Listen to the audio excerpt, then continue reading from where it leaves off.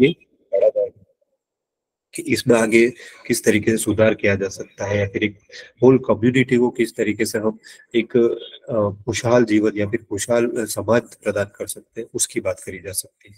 कि जैसे हम रूरल या फिर बहुत सुदूर देशों की गांव की बात करते हैं, तो वो लोग हमारे शहर के लोगों से अलग होते हैं। ये क्यों है, ये पूरा गांव, एक पर्टिकुलर गांव अलग क्यों है, इसके बारे में उनको वापस सिटी के लोगों के साथ कंपेयर करना, या फिर इनको वापस इस जीवन शैली में लाना, उसके बारे में अध्ययन करना, एक पूरे गांव को या फिर एक समुदाय को उसका मूल में लाना, उसके बारे में बात करी जा सकती है। वो है आपकी कम्युनिटी साइकोलॉजी या फिर सामुदायिक साइकोलॉजी।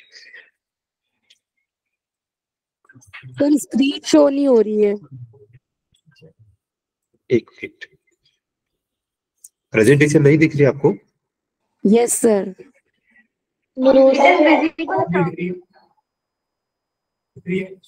दिख रही है आपके, शायद आपके नेटवर्क इश्यू होगा। फिर नेक्स्ट अपन बात करते हैं फिफ्थ व्यवहारिक मनोविज्ञान क्षेत्र की, जिसमें हम बात करेंगे काउंसलिंग साइकोलॉजी की, यानी परामर्श मनोविज्ञान। परामर्श मनोविज्ञान यह परस्पर संबंधों, करियर विकल्प, हल्की भावनात्मक परेशानियों या अधिक खाने, धीमी गति से सीखने या एकाग्रता की कमी जैसी व्यवहारिक संबंधी समस्याओं सहित व्यक्तिगत समस्याओं वाले व्यक्तियों की मदद करने से संबंधित है। मतलब परामर्श साइकोलॉजी यानी काउंसलिंग साइकोलॉजी में हम बात करते हैं कि हम किस तरीके से हम हल्की भावनात्मक परेशानी, जिससे लोग आजकल छोटे से सोशल मीडिया इम्पैक्ट की बात कर सकते हैं, या फिर छोटे से झगड़े की वजह से, पारिवारिक इश्यूज की वजह से बात कर सकते हैं, या फिर आपके बॉडी, आपकी शारीरिक समस्याएं कि आप कैसे दिखते हैं, उस चीज को लेकर जब लोग परेशान होने लग जाते हैं ज्यादा, और उस चीज की वजह से उनके दैनिक जीवन में बहुत सारी प्रॉब्लम आने लग जाती है, उन चीजों से निपटने के संबंधित हम उनको कैसे सुधार सकते हैं, उनकी मदद, उन व्यक्तियों की मदद कैसे कर सकते हैं, उसकी बात हम काउंसलिंग साइकोलॉजी में करेंगे, परामर्श साइकोलॉजी में, परामर्श मनोविज्ञान में करेंगे। इसमें हम उन बच्चों को भी शामिल कर सकते हैं जो जिनकी सीखने की एबिलिटी कम होती है, या फिर जिनको बोलते हैं कि किसी पर्टिकुलर सब्जेक्ट से डर लगता हो, या फिर वो कॉन्सेंट्रेट नहीं कर पा रहे हो, या जिनमें एकाग्रता की कमी होती है, उनको भी हम काउंसलिंग के थ्रू या परामर्श मनोविज्ञान के थ्रू सुधरने की सलाह दे सकते हैं, या फिर उनको परामर्श दे सकते हैं कि वो अपने आप को फिर से कैसे इम्प्रोवाइज कर सकते हैं, अपने आप को कैसे उपयोगी बना सकते हैं। सो काउंसलिंग साइकोलॉजी या परामर्श मनोविज्ञान शाखा में पारस्परिक संबंधों, करियर विकल्प, यानी आपके किस करियर में जाना चाहते हैं, आपके लिए कौन सा करियर अच्छा हो सकता है, किस जॉब में आप अच्छे कर सकते हो, उनकी बात करी जा सकती है। हल्की भावनात्मक परेशानियां, मतलब कि जो नॉर्मल इमोशनल प्रॉब्लम्स या फिर इमोशनल ब्लॉकेजेस अपन फील करते हैं डेली लाइफ में, उनसे हम कैसे डील कर सकते हैं, उनसे हम कैसे निपट सकते हैं, या उनको कैसे ओवरकम कर सकते हैं, उसकी बात करी जा सकती है। धीमी गति से सीखने और एकाग्रता की कमी की बात मैंने अभी करी कि बच्चे जब स्लो लर्निंग करते हैं, या फिर ढंग से नहीं अब दूसरे अपने सहपाठियों के साथ या दूसरे स्टूडेंट के साथ कोलोबरेट नहीं कर पाते, उनके साथ आगे नहीं बढ़ पाते, एकाग्रता की कमी होती है, वो कॉन्सेंट्रेट नहीं कर पा रहे हैं, या उनके बिहेवियर कुछ ऐसा होता है कि जिसको वो खुद भी सही में सुधारना चाहते हैं, तो उन सारी व्यक्तिगत समस्याओं वाले लोगों की मदद करने के लिए काउंसलिंग साइकोलॉजी या परामर्श मनोविज्ञान का उपयोग किया जाता है। और नेक्स्ट हम बात करेंगे अप्लाइड साइकोलॉजी में, वो है एजुकेशनल साइकोलॉजी, शैक्षणिक मनोविज्ञान। तो यह शाखा कक्षा की गतिशीलता, शिक्षण शैली और सीखने की जांच करती है, शैक्षणिक परीक्षण विकसित करती है, शैक्षणिक कार्यक्रमों का मूल्यांकन करता है, पाठ्यक्रम डिजाइन से लेकर निर्देशित की तकनीक से लेकर सीखने की आवश्यकताओं तक शैक्षणिक प्रक्रिया के सभी पहलुओं की जांच करता है। मतलब एजुकेशन साइकोलॉजी या फिर शैक्षणिक मनोविज्ञान में हम हर एक उस चीज को ले सकते हैं कि हमारा हमारा सिलेबस क्या होगा, हमारा पाठ्यक्रम किस तरीके से डिजाइन की जाए, हम कोई सी भी चीज क्यों पढ़े, किस लिए पढ़े, उस पूरे इतनी सारे चीजों में से हम सिर्फ एक टॉपिक भी क्यों पढ़ रहे हैं, वो सारी चीजों से कि उसकी उपयोगिता, इतने सारों में से हमारे लिए सबसे ज्यादा उपयोगी क्या है, सबसे ज्यादा जरूरी कौन सी चीज है जो हमें जाननी चाहिए, वो वाली चीज हम सिलेबस में ही चूज करते हैं, तो वो पाठ्यक्रम डिजाइन की बात आ जाती है। फिर कक्षा की गतिशीलता कि आप क्लास में कैसे पढ़ेंगे, क्लास का डेकोरम कैसा होना चाहिए, हमें किस तरीके से बात करनी है, किस शब्दों का इस्तेमाल करना है, वो सब एजुकेशनल साइकोलॉजी में आता है। शिक्षण शैली या टीचिंग मेथड्स की बात होती है कि टीचर किस तरीके से पढ़ा सकते हैं, और वो बच्चा कमजोर है तो उसके साथ आप हमें किस तरीके से बिहेव करना है, उसके साथ हमें किस तरीके से डील करनी है, या उन सारी चीजों से लेके हमारे एग्जाम्स कैसे होंगे, हमारे एग्जाम की पद्धति क्या हो सकती है, इसको और अच्छे से कैसे सुधारा जा सकता है, कि हम एजुकेशन को ज्यादातर लोगों तक कैसे पहुंचा सकते हैं, इसके लिए हम शैक्षणिक मनोविज्ञान या साइकोलॉजिकल काउंसलिंग की बात, एजुकेशनल साइकोलॉजी की बात करते हैं कि आज भी हमारे यहाँ पे इनरोलमेंट रेशियो बहुत कम है। बहुत कम नहीं बोल सकते, पर है कि सारे 100% इनरोलमेंट रेशियो नहीं है। तो उस चीज को कैसे हम ओवरकम कर सकते हैं।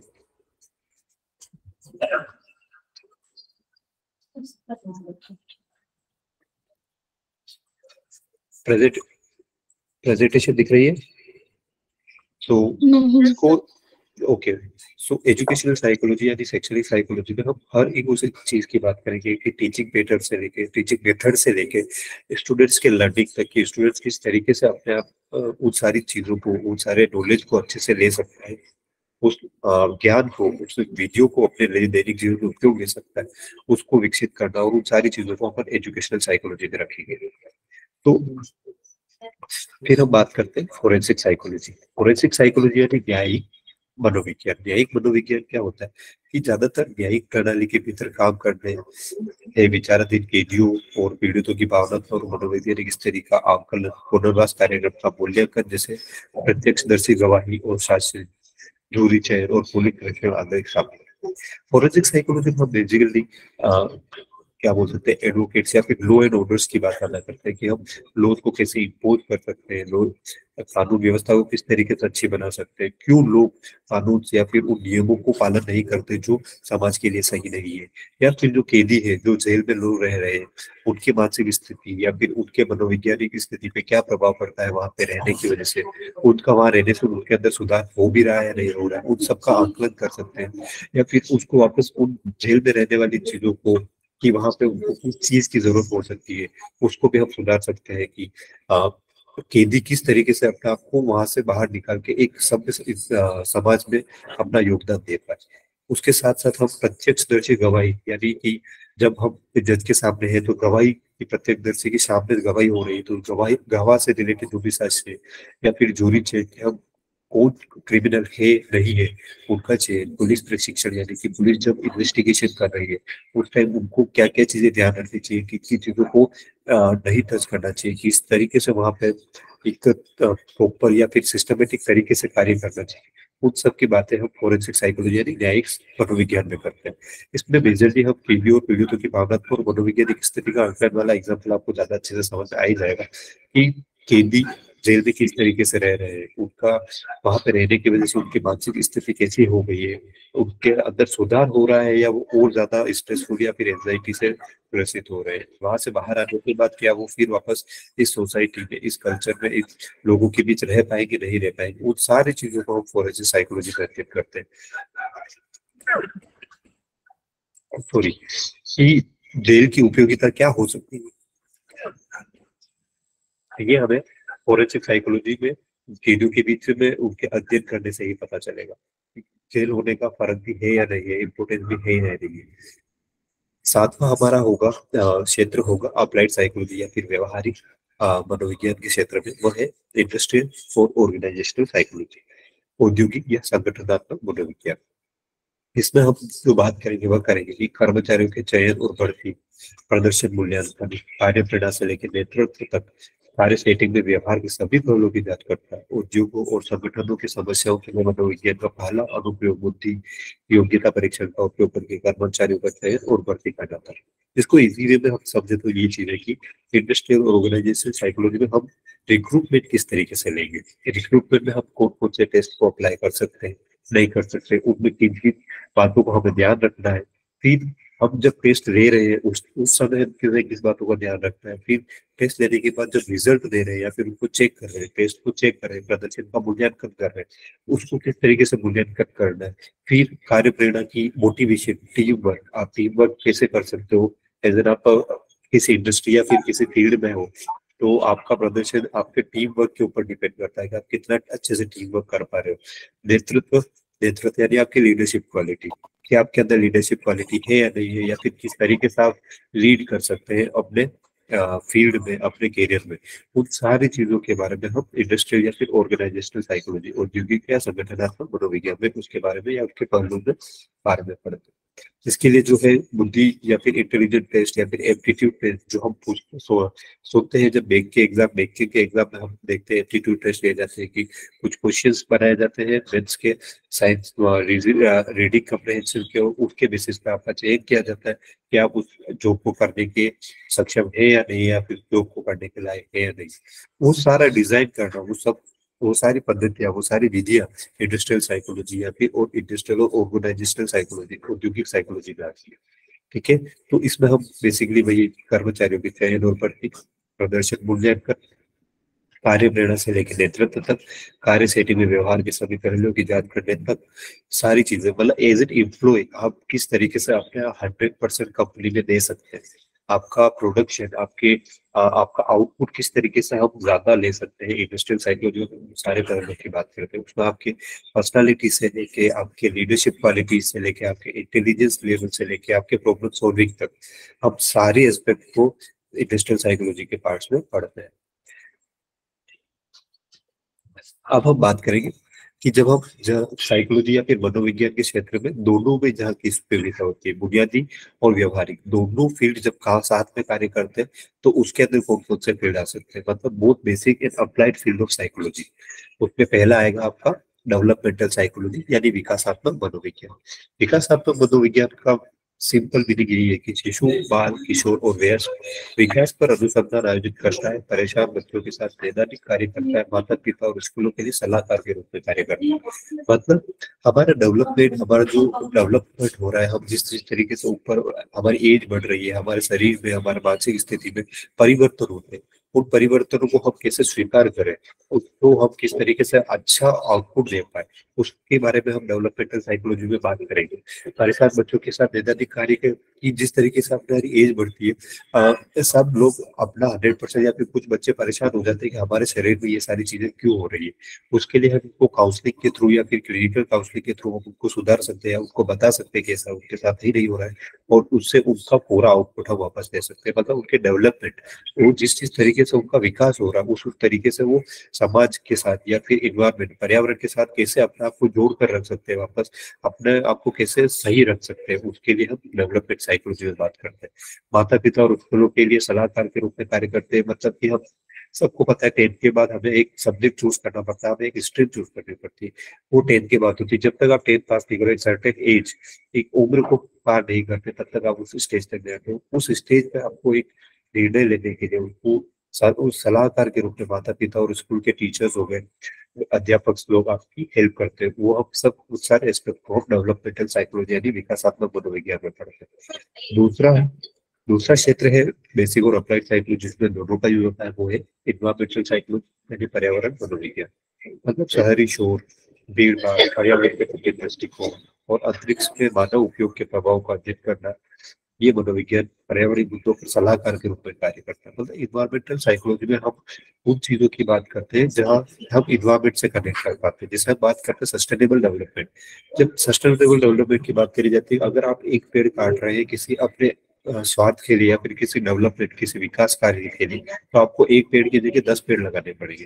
तो ये 10 पेड़ का जो कॉन्सेप्ट है, ये इन्वायरमेंटल साइकोलॉजी के अंदर उसको एज एन एग्जाम्पल आप समझ सकते हैं कि आप इस इन्वायरमेंट को, इस पर्यावरण को किस तरीके से बचा के रख सकते हैं, अपने आप को भी इम्प्रोवाइज करके इस दुनिया की, इस डेवलपमेंट के साथ, इस विकास के साथ, उसके बारे में, उन सारी चीजों के बारे में हम इन्वायरमेंटल साइकोलॉजी यानी पर्यावरण मनोविज्ञान में पढ़ते हैं। पर्यावरण के सारे मुद्दे के सलाहकार के रूप में, जैसे ग्लोबल वार्मिंग हो गई या फिर पोल्यूशन हो गया, नॉइज पोल्यूशन हो गया, शोर हो ही रहा है, तो वो सारी चीजों के बारे में हमें पढ़ना, नॉइज का हमारे मस्तिष्क के ऊपर, हमारे ब्रेन के ऊपर क्या इफेक्ट पड़ सकता है, पोल्यूशन का हमारे शरीर के ऊपर क्या प्रभाव पड़ सकता है, उन सारी चीजों के बारे में हम पर्यावरण मनोविज्ञान में अध्ययन करते हैं। तीसरा क्षेत्र है हेल्थ साइकोलॉजी, स्वास्थ्य मनोविज्ञान यानी व्यवहार और स्वास्थ्य के बीच संबंध का अध्ययन करना ही मनोवैज्ञानिक सिद्धांत का उपयोग स्वास्थ्य को बढ़ावा देना और बीमारी को रोकने के लिए किया जाता है। मतलब हेल्थ साइकोलॉजी में हम हमारे डेली रूटीन या फिर हमारी दिनचर्या की जब हम बात करते हैं, हेल्दी डाइट, अच्छा खान पीन, एक्सरसाइज, व्यायाम करना, वो सारी चीजें हमारे हेल्थ साइकोलॉजी का पार्ट्स में आती है। हमें कितने घंटे या कितने टाइम तक एक्सरसाइज करनी चाहिए, हमें किस तरह का खाना खाना चाहिए, हमारी प्रकृति, हमारी बॉडी टाइप क्या है, उस अकॉर्डिंग हमें क्या ध्यान रखना चाहिए, किस बातों का ध्यान रखना चाहिए, उन सारी चीजों के के बारे में, उसके बारे में विस्तृत तरीके से हम हेल्थ साइकोलॉजी यानी स्वास्थ्य मनोविज्ञान में पढ़ सकते हैं कि हम बीमारी से कैसे बच के रह सकते हैं और हम स्वच्छ कैसे रह सकते हैं। उन सारी चीजों के बारे में हेल्थ साइकोलॉजी में पढ़ा जाता है। और फिर आता है पॉजिटिव साइकोलॉजी यानी सकारात्मक मनोविज्ञान। इस क्षेत्र को खुशी और मानवीय शक्तियों के विज्ञान के रूप में परिभाषित किया गया है। इस क्षेत्र में काम करने वाले मनोवैज्ञानिक मानव स्वभाव के सकारात्मक पहलू जैसे आशा, आशावाद, जुनून, प्यार, कृतज्ञता, क्षमा, विनम्रता आदि का अध्ययन करते हैं। मतलब कि पॉजिटिव साइकोलॉजी कि आप सकारात्मक कैसे रह सकते हैं, आपकी जीवन में कुछ भी चल रहा हो पर आप सकारात्मक दृष्टिकोण कैसे अपना सकते हैं, उन सारी चीजों के बारे में, आपके बेसिक व्यक्तित्व के बारे में कि आप आशावादी कैसे बने रह सकते हैं, आपका जुनून, आपका आपकी कृतज्ञता, आप किस तरीके से पॉजिटिवली कार्य कर सकते हैं, अपना 100% किस तरीके से किसी भी सिचुएशन में दे सकते हैं, उनके बारे में, उन पहलुओं के बारे में हम सकारात्मक मनोविज्ञान यानी पॉजिटिव साइकोलॉजी सुनते हैं। क्षेत्र को खुशी और मानवीय शक्तियों के विज्ञान के रूप में माना जाता है कि आप किस तरीके से खुश रह सकते हैं, मानवीय शक्तियों का अच्छी तरीके उपयोग अपने स्वयं के जीवन में कैसे कर सकते हैं, उसके बारे में साइकोलॉजी, पॉजिटिव साइकोलॉजी यानी सकारात्मक मनोविज्ञान में अध्ययन किया जाता है। तो ये हमारे सारे क्षेत्र थे साइकोलॉजिकल फील्ड्स जिसमें हम बात कर रहे थे, अप्लाइड साइकोलॉजी, बेसिक साइकोलॉजी और मोड अप्लाइड और बेसिक साइकोलॉजी। अब हम आगे बढ़ते हैं और आगे हम बात करेंगे कि origin and development of psychology in India यानी भारत में मनोविज्ञान की उत्पत्ति और विकास कैसे करते हैं।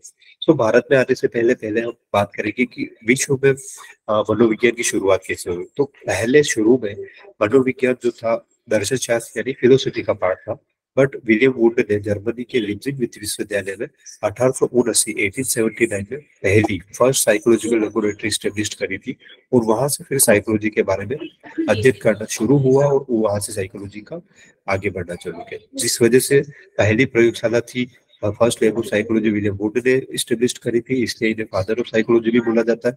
और यहीं से फिर आगे चलते चलते स्कूल्स ऑफ साइकोलॉजी यानी संप्रदाय, मनोविज्ञान के संप्रदाय की स्थापना होती गई और उसमें हम आगे अध्ययन करते गए कि साइकोलॉजी में हम क्या क्या पढ़ सकते हैं। फर्स्ट साइकोलॉजिकल लेबोरेटरी जो थी विलियम वुड ने 1879 में लीप्जिग में एस्टेब्लिश करी। और हम बात करें भारत में मनोविज्ञान की उत्पत्ति की, तो भारत में मनोविज्ञान बहुत पुराना है, अगर उसकी विस्तृत चर्चा करने जाएंगे तो बहुत टाइम लगेगा। बट इस मनोवैज्ञानिक हमारे मनोवैज्ञानिक पर्सपेक्टिव से या मनोविज्ञान विचारधारा से अगर हम बात करते हैं तो भारतीय मनोविज्ञान के ज्ञान में को ज्यादातर हमने विचारों को हमने आध्यात्मिकता से ज्यादा जोड़ दिया, इस वजह से वो वैज्ञानिक वो सारी चीजें हट गई। जैसे भारतीय मनोवैज्ञानिक ज्ञान के उत्पन्न समृद्ध भंडार को संदर्भित करता है जो हमें 3 प्रमुख संप्रदाय अर्थात हिंदू धर्म, जैन धर्म और बौद्ध धर्म में, जिनमें मेजरली बात करी गई थी चेतना यानी कॉन्शियसनेस की, मन की और व्यवहार के बारे में। ये सारे विचार हमको पुराने में मिल रहे हैं। जैसे अगर हम बात करते हैं गीता में, तो गीता में मन के बारे में बहुत सारा अच्छे से समझाया हुआ। तो हमारा सारा ज्ञान मनोवैज्ञानिक ज्ञान उन सारी ग्रंथों में था, पर वो सारा ज्ञान धीरे धीरे आध्यात्मिकता की ओर या आध्यात्मिकता के साथ अटैच हो गया। सो उसको वापस अलग करना या फिर वेस्टर्नाइजेशन के साथ साइकोलॉजी को, इंडियन साइकोलॉजी को कोलोबरेट करके आगे बढ़ाने में जो योगदान था, वो सबसे पहली इंडियन मनोवैज्ञानिक प्रयोगशाला जो थी वो कलकत्ता में 1916 में खोली गई। और वो जो खोली थी वो थी डॉक्टर एन सेन गुप्ता ने, जो विलियम वुड के ही स्टूडेंट्स थे। सो कलकत्ता विश्वविद्यालय, कलकत्ता यूनिवर्सिटी में पहली Indian laboratory, psychological laboratory establish हुई थी जो 1916 में हुई थी और वो स्टेब्लिश करी थी डॉक्टर एन सेन गुप्ता के निर्देशन में। और वही चीज फिर आगे चली और फिर प्रोफेसर गिरीन्द्र शेखर बोस थे जिन्होंने इंडियन साइको एनालिटिकल एसोसिएशन की स्थापना करी 1922 में। और उसी के साथ साथ 1924 में डॉक्टर एन वी गोपाला स्वामी जो थे, उनके द्वारा मैसूर विश्वविद्यालय में भी मनोविज्ञान विभाग की स्थापना करी गई। मतलब 1879 से जब ये लेबोरेटरी एस्टेब्लिशमेंट का कार्य शुरू हुआ था जो विलियम वुड ने जर्मनी में करी थी, उन्हीं के स्टूडेंट्स थे जो डॉक्टर एन सेन गुप्ता थे। उन्होंने 1916 में कलकत्ता यूनिवर्सिटी में एस्टेब्लिशमेंट किया और वही चीज आगे बढ़ते बढ़ते फिर मैसूर विश्वविद्यालय में आई, जहाँ 1924 में डॉक्टर एन वी गोपाला स्वामी द्वारा एस्टेब्लिश करी गई। और उसी के बीच में 1922 में इंडियन साइको एनालिटिकल एसोसिएशन की स्थापना हुई और वो भी हुई थी अपने कलकत्ता में। और तो नेक्स्ट हम बात करेंगे वो है कि 1925 में इंडियन साइकोलॉजिकल एसोसिएशन आईपीए का गठन किया गया और इसके जो पहले अध्यक्ष नियुक्त हुए थे वो थे डॉक्टर एन सेन गुप्ता। सो जिस तरीके से मोडी हमारे डिपार्टमेंट ऑफ साइकोलॉजी स्टेब्लिश होने गए, मनोविज्ञान विभाग विश्वविद्यालय में इंट्रोड्यूस किए गए, वैसे वैसे साइकोलॉजी के बारे में अधिक से अधिक पढ़ा गया और उसके ऊपर काम किया गया और वो चीज अभी भी निरंतर उसी तरीके से चल रही है और उस पर बहुत सारा काम होता जा रहा है। और उसी तरीके से मैसूर विश्वविद्यालय और पटना विश्वविद्यालय में भी मनोविज्ञान के बारे में विभाग की स्थापना करी गई और उसके बारे में कोर्सेज शुरू करेंगे। और एंड में हम बात करेंगे तो 1961 में दुर्गानंद सिन्हा ने इलाहाबाद विश्वविद्यालय में मनोविज्ञान विभाग की स्थापना करी और एक पुस्तक थी psychology is a third world country the Indian experiences प्रकाशित करी। इस psychology in third world countries में हम इन्होंने बात करी कि बिफोर इंडिपेंडेंस मतलब कि आजादी के पहले इंडिया में मनोविज्ञान की क्या स्थिति थी, सामाजिक मनोविज्ञान की क्या स्थिति थी, और इंडिपेंडेंस के बाद आजादी के बाद 1961 तक या फिर 1968 में इन्होंने बुक पब्लिश करी थी, तब तक इन्होंने उसमें क्या क्या परिवर्तन हुआ, उसके बाद क्या क्या कार्य करने की आगे फ्यूचर में हम क्या क्या कार्य कर सकते हैं, भविष्य में हम साइकोलॉजी को इंडियन पर्सपेक्टिव में भारतीय मानसिकता के अनुसार किस तरीके से देख सकते हैं या समझ सकते हैं, उसके बारे में बात करी गई थी। इसलिए दुर्गानंद सिन्हा 1961 में इलाहाबाद विश्वविद्यालय में इन्होंने शुरू कर। तो भारत के ओरिजिन में यही था और इसकी साथ साथ 1961 के बाद में बहुत सारी चीजें कंटिन्यू चलती गई और आज हम हर जगह साइकोलॉजिकल डिपार्टमेंट्स को यूनिवर्सिटीज में देखते हैं।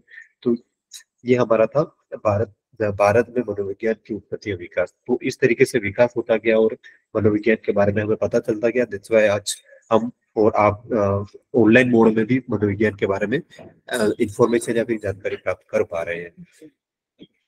सो thank you. Thank you sir.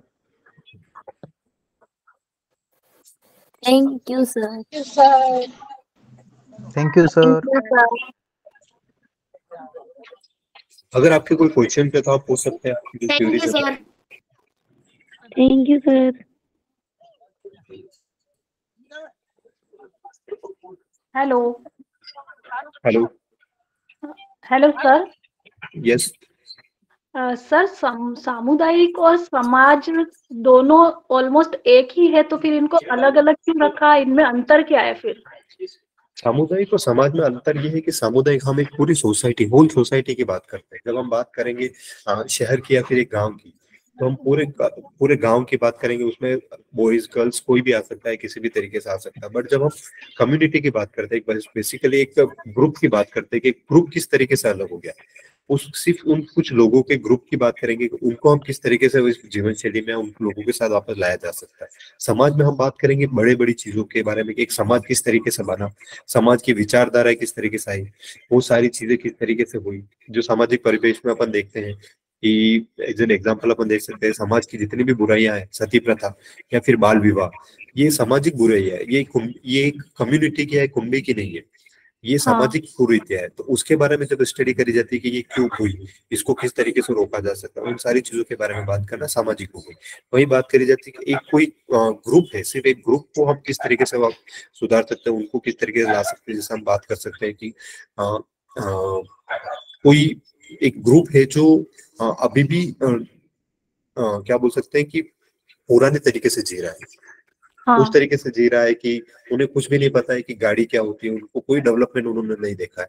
उन लोगों को अब हमारे साथ कैसे लाया जाए, उसके बारे में बात करना, उस पर्टिकुलर ग्रुप के बारे में बात करना। मतलब अब बात करें कि जैसे हमने सुना है अंडमान निकोबार के यहाँ पे एक आइलैंड है जहाँ पे एक पूरी क्या बोलते हैं कम्युनिटी रहती है, जो जहाँ डेवलपमेंट नहीं करा जा सकता, जहाँ कोई बाहर से लोग भी नहीं जा सकते। उन लोगों को हमारे साथ कैसे जोड़ा जाए, वो एक कम्युनिटी साइकोलॉजी की बात होती है। उनकी मानसिक प्रक्रियाओं को या मानसिक स्थिति या व्यवहारों को समझना कम्युनिटी में आएगा। वही समाज में सामाजिक पूरे समाज के बारे में बात करी जाएगी। जी जी, thank you sir. Okay.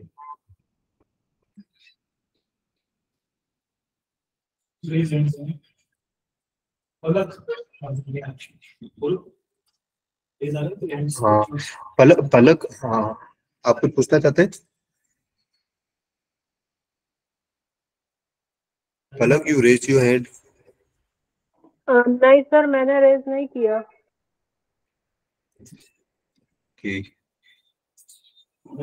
Raveena, Raveena आपको कुछ पूछना है? You raise your hand.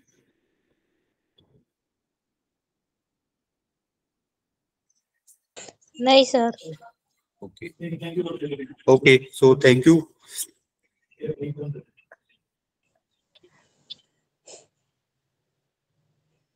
Thank you sir. Okay, thank you. Thank you, sir.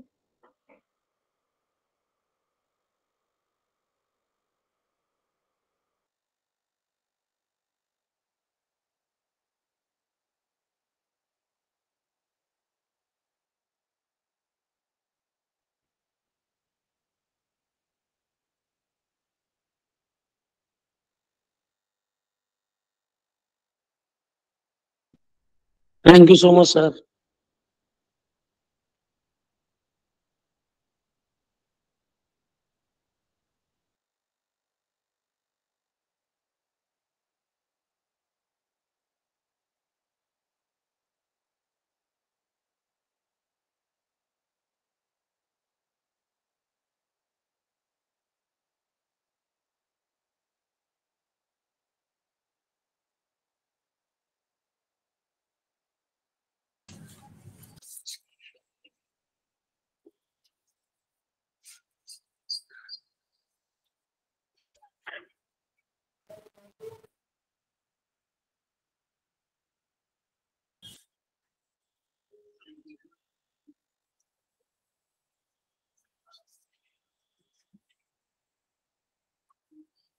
So everybody, आप लोगों ने सभी आज के लेक्चर को सुना है।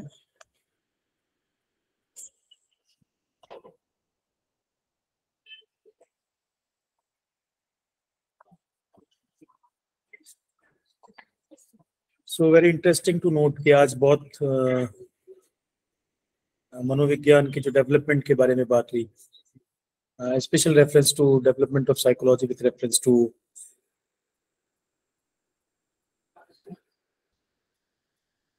मुझे मेरी आवाज सबको सुनाई दे रही है?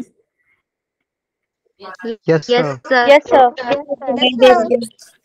Okay okay so yes sir. Okay, thank you. So मैं आज डिफरेंट ब्रांचेस ऑफ साइकोलॉजी की बात करूं तो अभी के जो प्रेजेंट सिनेरियो में ऐसा ऑब्जर्व किया जा रहा है, clinical psychology is at the top level. Clinical psychology का जो डेवलपमेंट हो रहा है इंडिया की सिचुएशंस में, इट इज वंडरफुल। लेकिन मैं यहाँ एक जरूर बात करना चाहता हूँ इंडियन फिलोसॉफी को, जो हम ये कह सकते हैं कि भारतीय जो दार्शनिक परंपरा है वो शुरू से मानव प्रक्रिया, मानसिक प्रक्रिया, मानव चेतना, स्व सेल्फ जिसे कहते हैं, मन और शरीर के संबंध तथा अनेक मानसिक कार्य प्रकार जैसे फंक्शंस कहते हैं, मेंटल फंक्शंस जैसे कॉग्निशन, संज्ञान, परसेप्शन, इल्यूजन, अटेंशन, रीजनिंग, ये केंद्रित रही है। क्योंकि जब इंडियन फिलोसॉफी की बात करते हैं तो इंडियन फिलोसॉफी में ऐसा देखा गया है कि लॉजिक्स वगैरह की बात की गई है, the origin of the knowledge कहाँ से हुआ है। इतनी एक बहुत बड़ी अनफॉर्चुनेट सिचुएशन है इंडियन परंपरा की, इतनी गहरी दार्शनिक जड़ें होने के पश्चात भी, बावजूद भी जो हमारा जो मॉडर्न साइकोलॉजी, आधुनिक मनोविज्ञान का जो डेवलपमेंट हुआ, इतनी डेप्थ रूट होने के बाद भी जो हमारी जो दार्शनिक जड़ें हैं वो आधुनिक मनोविज्ञान के विकास को प्रभावित नहीं कर पाई। हालांकि अभी के समय में कुछ डेवलपमेंट्स हो रहे हैं, जैसे मैनेजमेंट साइकोलॉजी की जहाँ तक बात की जाती है तो मैनेजमेंट साइकोलॉजी में नो डाउट जो पाश्चात्य प्रभाव है, जो हमारा जो वेस्टर्न इफेक्ट है साइकोलॉजी पर, वो प्रभुत्व बना हुआ है, निरंतर रूप से बना हुआ है। लेकिन अभी के समय में, वर्तमान समय में बहुत सारी पीएचडी, बहुत सारी रिसर्चेस इस प्रकार की होने लगी है जो स्पेशली इस और इंगित करती, जैसे गीता के जो कंसेप्ट्स हैं या हमारे उपनिषद हैं, हमारे वेद हैं। इंडियन साइकोलॉजी में अभी एक बहुत बड़ा नाम हमारे इंडियन साइकोलॉजी में चल रहा है, प्रोफेसर गिरीश्वर मिश्रा सर का। उन्होंने इंडियन साइकोलॉजी पे बहुत सारे कंसेप्ट्स को अपनी तरीके से जनरेट करने की कोशिश की है। इसके अलावा मैनेजमेंट साइकोलॉजी भी एक बड़ा इमर्जिंग टॉपिक है जिसमें उदय पारिक सर का नाम आता है, टीवी राव साहब का नाम आता है, जो ये बाद में सब मैनेजमेंट टाइकून्स बने। ये लोगों के भी इफेक्ट्स होने लगे।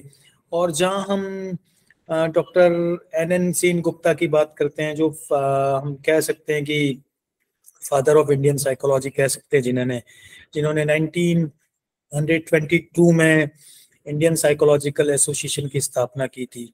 इसके बाद तो डिफरेंट यूनिवर्सिटीज में डिपार्टमेंट्स खुलने लगे हैं जहां फिलोसॉफी के साथ में इस सब्जेक्ट को पढ़ा जाता था। धीमे धीमे इसने अपना अस्तित्व खुद ने बनाना शुरू किया। और स्पेशली दुर्गानंद सिन्हा ने अपनी एक किताब लिखी थी 1986 में, जो इसका पब्लिकेशन हुआ था, psychology in a third country the Indian experiences. इसमें एक आधुनिक मनोविज्ञान के इतिहास को खोजा, वो भी 4 चरणों में।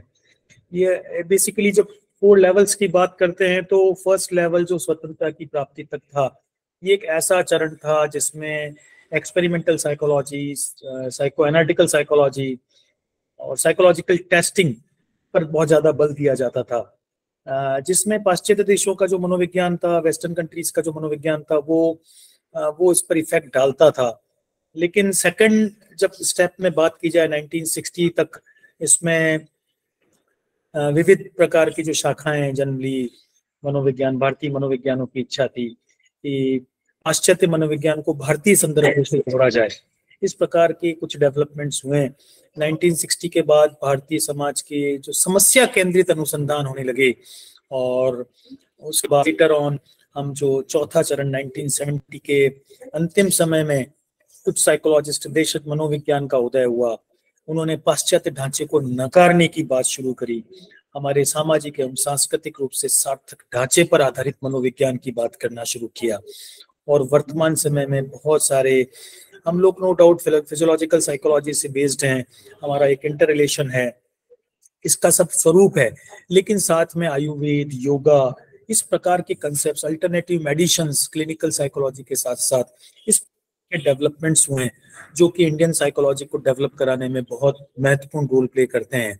मैं जितने स्टूडेंट्स यहाँ जुड़े हैं, जितने हमारे पार्टिसिपेंट्स हैं, उनसे मैं जरूर रिक्वेस्ट करता हूँ कि अगर आप फ्यूचर में रिसर्च करते हैं तो इंडियन साइकोलॉजिकल कंसेप्ट्स, ये हमारे जो धार्मिक जो ग्रंथ हैं, जो हमारे उपनिषद हैं, हमारे वेद हैं, उन सारे जो एंशिएंट लिटरेचर है उसके अंदर साइकोलॉजी के कैसे कंसेप्ट्स थे। वी जस्ट जैसे एग्जाम्पल के लिए हम मोटिवेशन के अंदर एक मैस्लो की थ्योरी को देते हैं, सेल्फ एक्चुअलाइजेशन की बात करते हैं।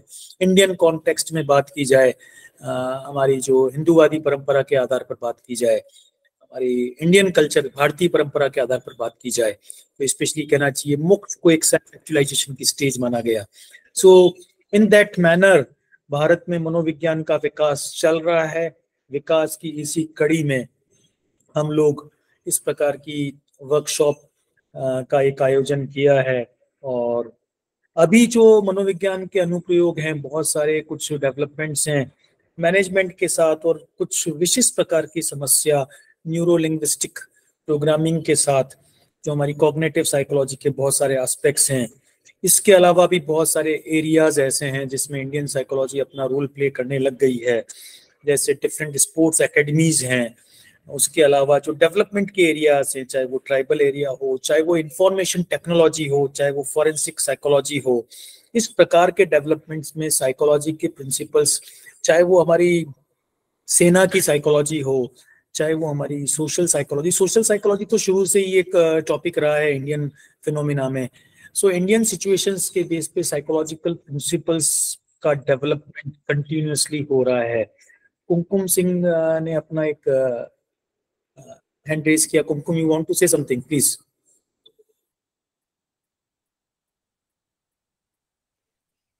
हेलो। यस कुमकुम, बोले। सर मुझे ये पूछना है कि जैसे कि अभी वो हेमंत सर है, उन्होंने बताया था कि हमारे भारत के पास अंडमान निकोबार में जो विलेज है वो अभी के टाइम में मतलब कम्युनिकेशन नहीं हो रहा है वहाँ पर, तो क्या हम फ्यूचर में उसे साइकोलॉजी के थ्रू उनसे कम्युनिकेट कर पाएंगे?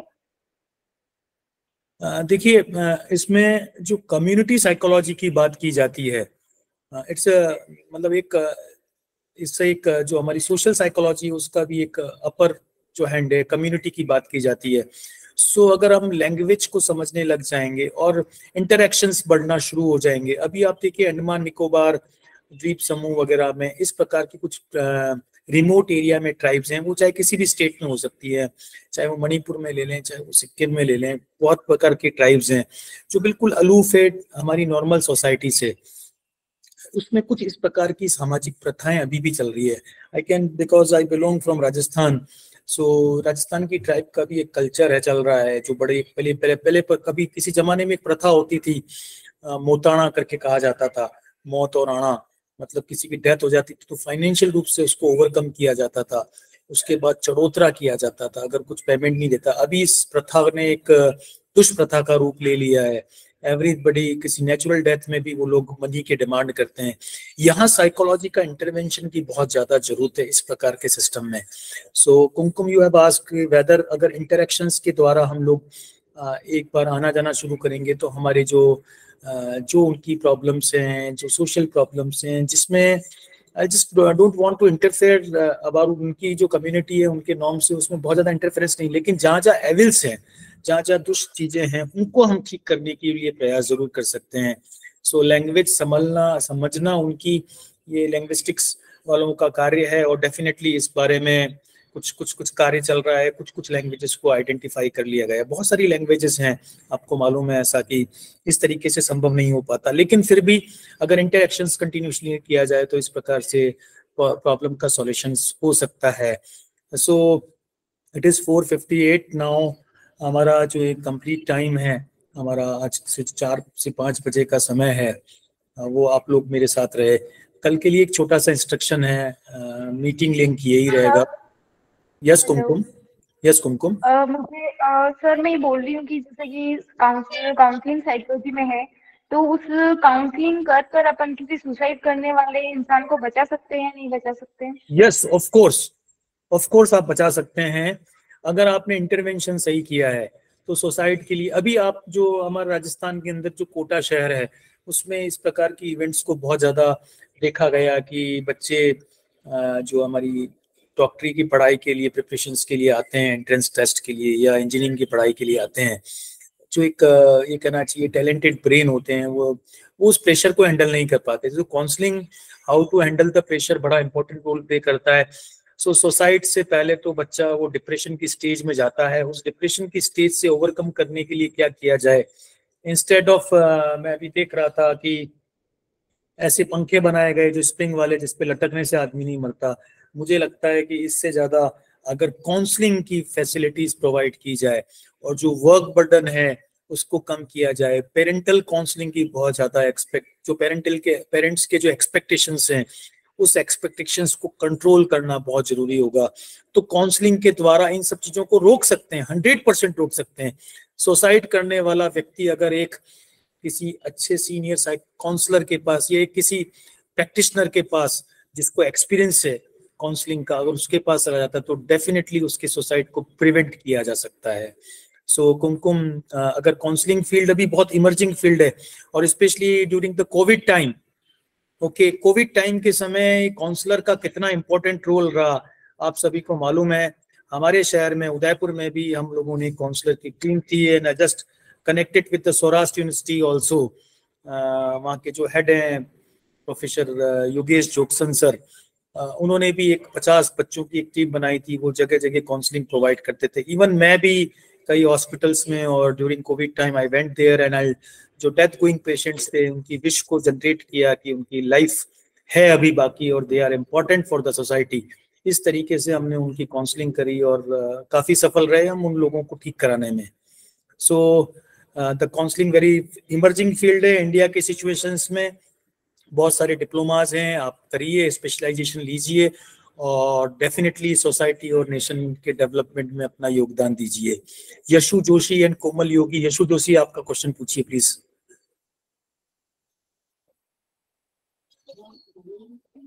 ओके, कोमल योगी। सर, अगर किसी को स्ट्रेस हो तो उसका स्ट्रेस कैसे कम कर सकते हैं? अरे बहुत इंपॉर्टेंट बात है, स्ट्रेस को कैसे कम करते हैं। सो स्ट्रेस के लिए सबसे पहले, अभी आप साइकोलॉजी फर्स्ट ईयर की स्टूडेंट है बेटा? यस कोमल? सर। हाँ ओके कोमल, कहाँ से पढ़ रही हैं आप, कौन सी यूनिवर्सिटी से हैं? Sir, MLSU। MLSU से। सो यू हैव अ हाँ। Very specialised department there. Doctor Tarun Sharma is the head of department there. उसके अलावा जो 3 फैकल्टीज हैं, आप जाके स्ट्रेस के रीजंस को बताइए उनको and have a confidence. Psychology के स्टूडेंट है तो कॉन्फिडेंस रख रही है कि किस कारण से स्ट्रेस हो रहा है। अगर वो रीजंस को आइडेंटिफाई करने में सफल रहते हैं तो फिर स्ट्रेस को मैनेज किया जा सकता है, स्ट्रेस को कंट्रोल किया जा सकता है। डिस स्ट्रेस से यू स्ट्रेस के अंदर स्ट्रेस को कन्वर्ट किया जा सकता है। सो पॉसिबल है Komal, you just connect with your teachers और से अदर काउंसलर्स तो आपको डेफिनेटली कुछ ना कुछ सपोर्ट मिलेगा। Yes Sanjay Kumar ji, you want to, Sanjay Kumar ji please. Hello. हाँ संजय जी। सर मैं सबसे पहले तो मैं सादर चरण स्पर्श में एक प्रश्न पूछना चाह रहा हूँ sir. Yes welcome welcome. Sir मैं उज्जैन में था, वहाँ सर उज्जैन में था, वहाँ पर क्या है कि सर कलेक्टर साहब के अंडर में एक पैनल में था। तो सर क्या है कि हम जो गवर्नमेंट स्कूल है वहाँ काउंसलिंग करने जाते थे। एक स्कूल में हमने काउंसलिंग करी थी, तो वहाँ पर हमें वहाँ के प्रिंसिपल मैम ने बताया था कि 2-3 दिन पहले हमारे यहाँ पर एक बालिका ने सुसाइड किया, उसके एक दिन छोड़ के दूसरे दिन वापस सुसाइड किया। तो बोले आपको हमारे यहाँ काउंसलिंग करनी पड़ेगी। हमने करियर काउंसलिंग करी और उसके साथ में जो भी मतलब बच्चे थे स्टूडेंट, उन सबकी भी काउंसलिंग करी एक एक करके और इंडिविजुअल। सर मेरा एक थोड़ा सा मेरे दिमाग में सर एक क्वेश्चन है कि सर मैंने डॉक्टर विनस व्यास मैम के मार्गदर्शन में एमए साइकोलॉजी से किया और अभी PG diploma in mental health counselling कर रहा हूँ सर। क्या कि मान लो जैसे कोई भी गर्ल्स बॉयज है या कोई कर रहे हैं, तो सर काउंसलिंग जैसे सिचुएशन के अनुसार या व्यक्ति विशेष के अनुसार सर मतलब पूरी किताबी लैंग्वेज के अनुसार ही काउंसलिंग करनी मतलब उचित है, या मतलब थोड़ी परिस्थिति के अनुसार हम के तौर तरीके में थोड़ा सा changes Sanjay ji. Sir Sanjay ji, I got your point. आपने जो पॉइंट रेज किया है कि जो थ्योरेटिकल नॉलेज है उसको प्रैक्टिकली कैसे अप्लाई करें। सो थ्योरेटिकली नॉलेज जो भी है हमारा काउंसलिंग का, वो बेस है हमारा। ओके, काउंसलिंग क्या होती है, उसकी स्टेप्स क्या होती है, उसको हम प्रोसेस को फॉलो करेंगे तभी हमें डिजायरेबल रिजल्ट्स मिलेंगे। लेकिन इसके साथ में नीड बेस्ड जैसा सिचुएशन से उसके अकॉर्डिंगली, कहीं वॉर सिचुएशन हो रही है, जैसे कोई दो लोग लड़ रहे हैं और उस समय आपको काउंसलिंग करनी है, अब आप काउंसलिंग के स्टेप्स को लेकर बैठेंगे तो वहां कुछ भी इस प्रकार की संभावनाएं होना मुश्किल है। So sometimes you have to flexible, थोड़ा सा फ्लेक्सिबल होके आप स्ट्रेटेजी लगाइए। अपना जो मेन पर्पज है काउंसलिंग का, solution of the problem. Okay, Shweta Yadav ने कहा है किसी को गुस्सा ज्यादा आता है और बात बात पर टेंशन लेता है, उसका क्या करे, होगा क्या। सो मैं हमेशा मेरे स्टूडेंट्स के सामने एक बात करता हूँ, गुस्सा आता नहीं है, गुस्सा सामने वाली सिचुएशंस स्टिमुलेट करती है व्यक्ति को गुस्सा करने के लिए। So stop the stimulating situation, उसको रोकने की कोशिश करें। Okay, so Pooja Lohar is also there. Thank you sir. मेरा ये क्वेश्चन है कि जो मतलब मैंने एक फ्रेंड से पूछा था, तो वो बोलती मैं डिप्रेशन में, उस इंसान को कैसे डिप्रेशन से बाहर निकाला जा सकता है। जैसे वो बोलती मैंने सुसाइड करने की कोशिश की, मतलब उस इंसान को कैसे डिप्रेशन से बाहर निकाला जा सकता है, ये क्वेश्चन है। डिप्रेशन के सिम्टम्स हैं बहुत सारे बेटा। फीलिंग ऑफ अलोननेस, सबसे पहले आप उसको लोगों के साथ जोड़िए, इंटरेक्ट कराइए, सोशल इंटरेक्शन बढ़ाइए, तो डिप्रेशन की थॉट्स नहीं आएगी। The basic cause of the depression is somewhere there. So जो कॉज है उसको आइडेंटिफाई करना पड़ेगा। उसके बाद उसके लिए हमारे पास बहुत सारी टेक्निक्स हैं, साइकोलॉजिकल टेस्टिंग्स हैं, प्रोजेक्टिव टेस्ट हैं। उन टेस्ट के माध्यम से उनके डिप्रेशन के लेवल को चेक करिए कि वेदर उनको काउंसलिंग की जरूरत है या किसी साइकेट्रिस्ट को दिखाने की जरूरत है। Whatever the things are, you have to go accordingly. Okay Pooja. हाँ सर, जैसे गुस्सा भी बहुत ज्यादा आता है, अनलिमिटेड, मतलब कि पेरेंट्स के भी सामने बोल जाना, किसी सिस्टर के भी सामने बोल जाना, जैसे उस इंसान को कैसे कंट्रोल कर सकते हैं। जैसे खुद एग्जांपल मैं खुद हूँ तो ऐसे। ओके, मैंने बताया आपको द सिचुएशंस आपको एग्रीगेट करती है कि आप गुस्सा करें। सो सिचुएशंस पे कंट्रोल करना पड़ेगा, आसपास के एनवायरनमेंट ऐसा नहीं हो। So not only counselling of Pooja Lohar itself, उसकी सराउंडिंग की काउंसलिंग की ज्यादा रिक्वायरमेंट रहेगी कि वो ऐसी सिचुएशंस क्यों प्रोड्यूस कर रहे हैं जिससे कि वो गुस्सा करें। Nikita, you want to say something? Sir मेरा क्वेश्चन था कि मतलब एंजाइटी होती है तो उस इंसान को उसी के लिए नेगेटिव थॉट्स आना और बहुत ज्यादा नेगेटिव आना। Okay, so you have talked बहुत सारे लोगों के। Bhanupriya, you want to say something? उसके बाद एक साथ ले लूंगा सारे क्वेश्चंस के answer. Bhanupriya. Yes sir. Sir मैं ये पूछना चाह रही थी कि सर अगर मान लीजिए कि कोई डिप्रेशन में कोई है और बहुत लॉन्ग पीरियड से है, मगर उसकी जो एनवायरनमेंट है वो कंटिन्यूसली वो करना ट्राई कर रहा है पर्सन कि वो उसको चेंज कर सके, लोगों को आसपास के अवेयर करा सके कि उनके बिहेवियर से उसके मतलब उसकी साइकोलॉजी पे और उसके दिमाग पे बहुत ज्यादा असर पड़ रहा है, मगर फिर भी वो लोग उसको चेंज नहीं कर रहे, तो ऐसी कंडीशन में उसको क्या करना चाहिए? So मैं थोड़ा सा, कोमल, you want to say something? Komal. Sir Okay. Stress इतना ज्यादा है कि समझ में नहीं आता है कि स्ट्रेस कौन सा है, किस बात का है। हर चीज में स्ट्रेस स्ट्रेस, समझ में नहीं आता है क्या प्रॉब्लम है। ओके, सो मुझे आपके सभी के पॉइंट समझ में आ गए।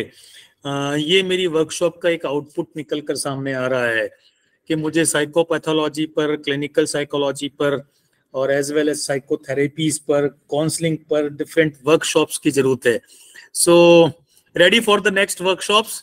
ये जो हमारी वर्कशॉप कंप्लीट होगी, एंजाइटी क्या होती है, स्ट्रेस क्या होता है, डिप्रेशन क्या होता है, फ्रस्ट्रेशन क्या होता है, इसकी ज्यादा होने से कौन कौन सी बीमारियां हो जाती है, उसके क्या सिम्टम्स हैं, उसको कैसे ठीक कर सकते हैं, कैसे काउंसलिंग की जानी चाहिए, कैसे साइकोथेरेपीज दी जानी चाहिए, इस पर हम बहुत जल्दी डिफरेंट वर्कशॉप्स करेंगे। आप लोग वर्कशॉप्स के माध्यम से जुड़ते रहेंगे और बहुत अच्छा रहेगा। Sneha Chhabra, you want to say something? हाँ सर, ये आपने मेरी बात बोल ही दी है। मैं यही चाह रही थी कि जो क्लिनिकल पार्ट है, जैसे कि depression, anxiety, frustration, stress, suicide, जिसकी मतलब आज के टाइम पे बहुत ज्यादा जरूरत है। स्नेहा, यू बिलोंग्स फ्रॉम, जहां तक मैं रिकॉल कर पा रहा हूँ, Sneha you are from Ganganagar ना? Yes sir, Ganganagar. Okay, so बहुत अच्छा लगा मुझे, और ये आपकी बात को सुन लिया गया है, हमारी टीम ने नोट कर लिया है। हम बहुत जल्दी कुछ वर्कशॉप्स करेंगे इस तरीके से। सो आज के लिए इतना काफी है। अभी हम एक प्रेयर के साथ में आउट होंगे। ओके, और कल हमारी 4 से 5 वापस क्लास होगी, और आपको मालूम है कल का शेड्यूल है कि कल हमारी जो क्लास है वो लर्निंग पर है। आई थिंक, एक minute Hemant, I just check the things.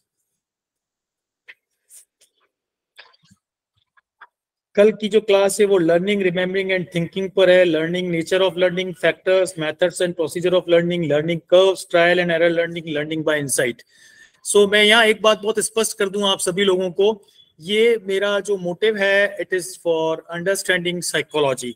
Psychology को समझने का मोटिव है, साइकोलॉजी क्या होती है, इसके डिफरेंट एस्पेक्ट्स को लेने का एक है। तो कल हमारे साथ में जो हमारी एक्सपर्ट होंगी, doctor Pooja Sharma, she is a counsellor at MMPS school, Maharana Mewar public school Udaipur. इन्होंने PhD मोहनलाल सुखड़िया यूनिवर्सिटी से ही की है। ये कल हमारे बीच होंगी और लर्निंग, रिमेम्बरिंग और थिंकिंग पर बात करेगी। कल 3:50 पे हम लोग सभी जुड़ेंगे साथ में। 3:50-55 से 4 बजे हम डॉट लेक्चर को स्टार्ट कर देंगे। PPTs के बारे में आपके क्वेश्चंस हैं, सो PPTs आपके पास शेयर कर ली जाएगी ड्यूरिंग द, इसी टेन्योर में मैं आपकी PPTs को शेयर कर दूंगा। I have your mail IDs also, सभी मेल पे भेज दूंगा। हाँ, अटेंडेंस की जहाँ तक बात है, 600 लोग रजिस्टर्ड हैं, 150 बच्चे लगभग आ रहे हैं। रेगुलर ट्रैकिंग है अटेंडेंस की। एक रीजनेबल अगर अटेंडेंस नहीं होगी तो मैं सर्टिफिकेट्स प्रोवाइड नहीं कर पाऊंगा जो बच्चे रेगुलर नहीं जुड़ेंगे। It should be very clear. Yes please. Sir, actually I am from MLSU and I recently checked the message of Hema ma'am. She is our teacher, she is our professor actually. Sir, ma'am ने group में link और जो message था वो forward कर दिया था time पर, बट एग्जैक्टली हुआ ये था, कल नेटवर्क इशू की वजह से क्लास अटेंड नहीं हो पाई थी। सो प्लीज मेरी एक क्लास मिस हो गई sir. Okay, I'm just regularly in connection with your attendance scenario. मुझे लग जाएगा रीजनेबल कहाँ है। ओके, मैं भी साइकोलॉजी का स्टूडेंट है, समझ जाऊंगा कि कितने लोग इंटेंशनली ज्वाइन नहीं कर रहे हैं और कितने खाली सर्टिफिकेशन के लिए ज्वाइन करना चाह रहे हैं। So the purpose of this workshop is not for certification only, it is a workshop for understanding psychology. इसी आशा के साथ प्लीज यशी। सर, ये जो PPTs है वो इंग्लिश में भी मिल सकते हैं क्या? Okay, there was a issue again, Hindi और इंग्लिश की जहाँ तक बात थी, इसमें जो मैक्सिमम पार्टिसिपेंट्स हैं वो हिंदी मीडियम के थे, इसलिए मैंने फोर्सफुली बच्चों को, जो आपके जो की स्पीकर्स हैं, maximum of them are my students, so मैंने उनको यही बोला था कि आप हिंदी में प्रिपेयर करिए। इंग्लिश में तो 1000 तरह की PPTs आपके पास नेट पे अवेलेबल है, so just go for it. Simple चीजें हैं, सारी की सारी मिल जाएगी। और हिंदी भी ऐसी नहीं है कि इंग्लिश वालों को समझ में नहीं आए, इंग्लिश भी ऐसी नहीं है कि हिंदी वालों को समझ में नहीं आए। So will just go for it, इसी आशा के साथ कि कल 4 से 5 हम सभी मिल रहे हैं। सबका मंगल होए रहे, इसी बात के साथ अपनी बात को समाप्त करता हूँ। हम लोग लॉग आउट हो जाएंगे इस प्रेयर के साथ। Thank you. Thank you sir. Thank you sir. Thank you sir. Thank you sir. Sir ओ ये रे सबका